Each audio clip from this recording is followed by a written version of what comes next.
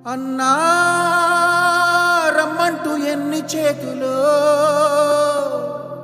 కొత్త రాత రాయమంటూ ఎన్ని గీతలో రానున్న శకం రామన్న శకం అంటున్న రథం చైతన్య రథం సరికొత్త పథం జన చిత్తరథం నెరవేర్చుటకై ఉరివేష పథం